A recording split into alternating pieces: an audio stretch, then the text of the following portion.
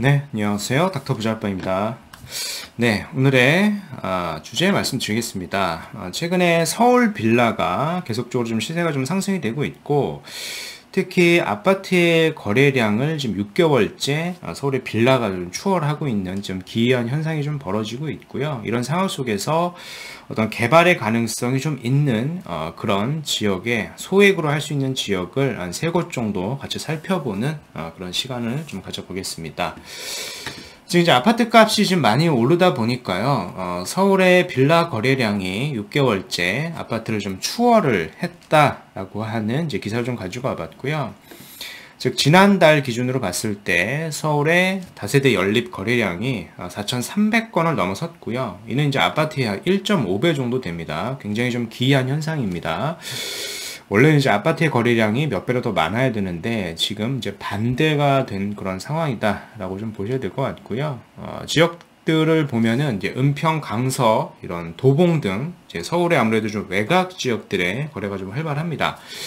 외곽 지역들이 아무래도 이제 집 가격이 아직도 좀 싸기 때문에 그런 게 있겠고요. 특히 이제 노후도라던가 이런 구릉지가 많아서 개발의 가능성이 좀 있기 때문에 투자의 수요로 들어가신 분도 좀 많이 있다라고 보시면 되겠습니다. 네. 지금 이제 아파트 값이 단기간에 급등을 하고요. 최근에 뭐 3기 신도시 이슈 등 해서 전셋값마저 지금 오르고 있는 상황 속에서 서울에서 보금자리를 마련하려는 그런 수요가 상대적으로 좀 저렴한 빌라 수요로 지금 몰리고 있는 그런 상황이다라고 보셔야 될 것 같고, 지난달에 이제 빌라 거래를 보면은요, 지역별로 은평구, 뭐 강서구, 도봉구, 강북구, 뭐 구로, 송파구 일대까지 포함을 해가지고 이런 지역들의 좀 거래량이 좀 많은데, 이런 지역들이 지금 개발의 가능성도 좀 있습니다. 노후도가 좀 충족이 됐고 좀 낙후된 지역이다 보니까 개발의 가능성도 좀 있고요. 뭐 아직까지는 집가격이 좀 저렴한 지역들이기 때문에 투자의 수요와 거주자의 어떤 실수요자가 좀 같이 몰리는 상황이다라고 분석을 할 수 있겠습니다. 네.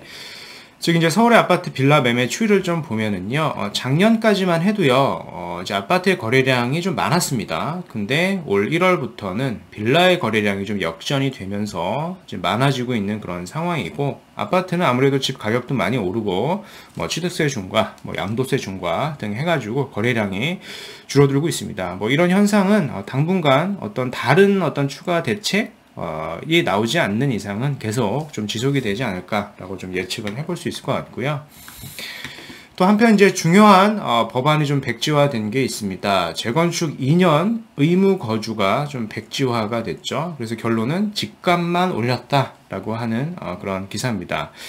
즉 지난해 6.17 이 대책 때 나온 재건축 의무거주 2년 규제가 완전히 좀 백지화가 되면서 문재인 정부 들어가지고 처음으로 이 규제 자체가, 그러니까 부동산 규제 자체가 공식적으로 좀 무효화된 그런 첫 사례가 되겠습니다. 네, 이렇다 보니까 그동안에 이런 입법을 아예 거치지 않고 정부의 국토부에서 일방적인 이런 선 규제 발표가 집값만 좀 자극했다라는 좀 결과를 초래했다라고 보는 게 맞고요. 실제 이제 해당 규제가 발표된 이후에 급하게 이제 조합 설립을 추진하는 그런 단지들이 있었죠. 특히 압구정 일대가 그런데 해당 일대 지금 결과적으로 보면은 가격만 상승시킨 결과를 초래했다라고 평가할 수 있겠습니다. 곧 이제 3기 신도시 이슈로 인해가지고, 3기 신도시 사전청약이 있는데요. 그런 이슈로 인해가지고, 해당 일대에, 집가격의 호가가 지금 계속 뛰고 있다라고, 하고 있는 사실입니다. 첫 이제 사전청약을 좀 앞두고, 인천 계양지구 인근에, 집가격 상승이 좀 심상치가 않다라고 하고요. 이제 다가오는 16일이면은요, 3기 신도시 중 가장 먼저 사전 청약이 시작되는 인천 계양지구 부지 인근에 집값 상승세가 좀 계속이 되고 있고, 최근 일주일 새 호가는 5천만 원 이상 급등을 했다. 일부 아파트 단지는 지난해와 비교해가지고 많게는 뭐 2억 원 이상 오른 가격의 실거래가 이루어지는 등 이제 이런 풍선 효과가 계속되고 있는 상황입니다. 네. 즉 이제 끝모를 이런 부동산 정책 부작용 및 후유증으로 인해서 계속 집 가격이 오르고 있습니다. 즉 이제 반발이 커지는 이런 일방 통행의 공급 정책이죠. 뭐 과천 부시는 뭐 취소가 되고 뭐 태능은 물량이 축소가 되는 등 뭐 흑석 2구역은 공공개발 곳곳에서 지금 주민 반발이 있고요.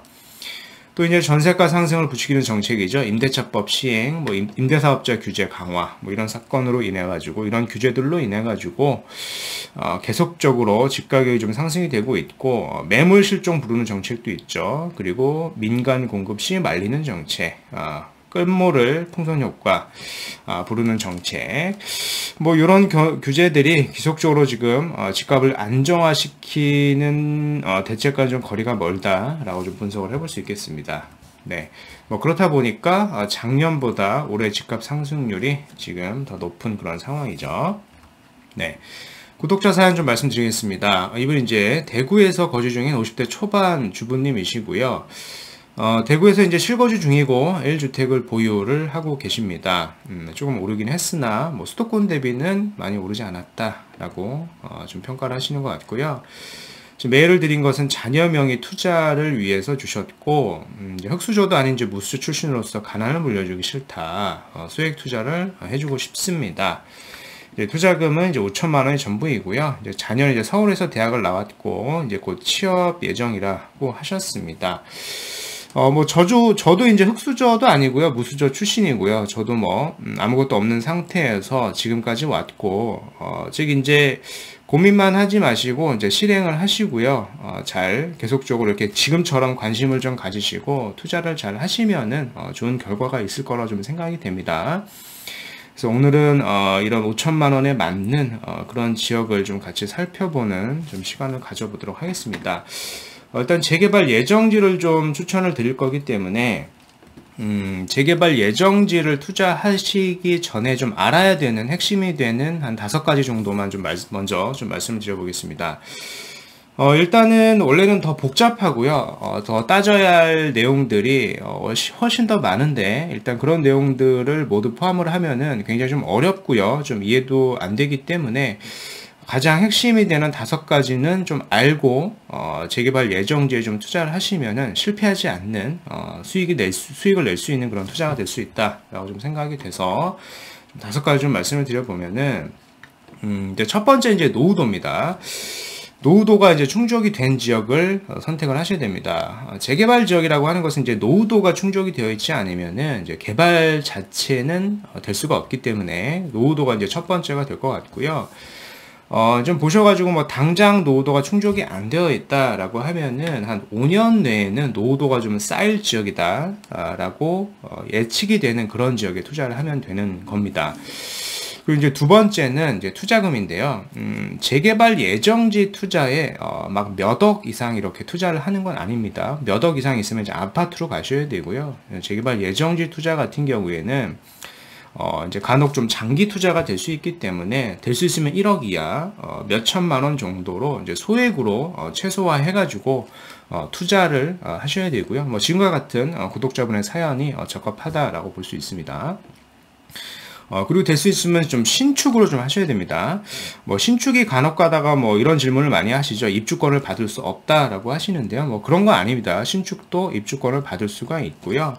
뭐 여러 가지 혜택이 있는데 만약에 이제 신축이 되는 그런 물건을 산다라고 하면은 임대사업자를 등록을 했을 때 취득세 절감도 되고요. 또 무엇보다 이제 장기 보유를 해야 될 수도 있기 때문에 뭐 수리를 해야 되잖아요. 임대를 맞춰야 되기 때문에 수리 이슈들이 좀 많이 생깁니다. 구옥 같은 경우에. 근데 신축은 뭐 그런 이슈들이 없기 때문에 임대 등 관리에 좀 유리합니다. 그래서 소액으로 또 투자를 할 수가 있고요. 그리고 이제 층수도 선택을 할 적에는 될 수 있으면 좀 2층 이상을 좀 보시는 게 임대 등에도 물론 유리를 하겠지만 더 세가 더 잘 빠질 테니까 만약에 향후에 여기가 좀 개발이 된다라고 했을 때요, 감정평가 금액을 좀 높게 받을 수 있기 때문에 2층 이상으로 좀 선택을 하시는 게 좋습니다. 향후에 뭐 1층과 2층이 이 감정평가 금액 차이에 따라 가지고 내가 25평을 받느냐, 34평을 받느냐, 받을 수 있느냐에 따라 가지고 수익의 차이가 몇 억 이상 벌어질 수도 있기 때문에요. 될 수 있으면 좀 2층 이상으로 좀 검토하시는 게 좋고요. 그리고 이제 만약에 또 개발이 무조건 되는 게 아닙니다. 재개발 예정지이기 때문에 개발이 안 될 수도 있어서 그런 부분들을 어느 정도 좀 해결을 하려면은 교통에 호재가 있는 지역을 보시는 게 좋아요. 특히 여기 추가가 되는 것보다는 뭐 그런 이슈도 좋겠지만은 여기 없는 지역에 아예 여기 신설이 되는 지역들을 보시면 좋다. 즉 이제 교통 호재가 있는 지역 중에서 여기 좀 신설이 되는 그런 지역들을 보시면은 만약에 개발이 안 되더라도 이런 지가 상승들 여기에 따라서 여기 신설이 되다 보니까 직장인들의 수요가 좀 많아지고요. 좀 지가가 상승이 되고 투자금도 회수가 되고 뭐 그렇게 될 수 있는 상황이 되기 때문에 이런 5가지의 상황을 잘 고려하셔가지고 재개발 예정지에 좀 투자를 하시면은 좀 도움이 되실 것 같고요.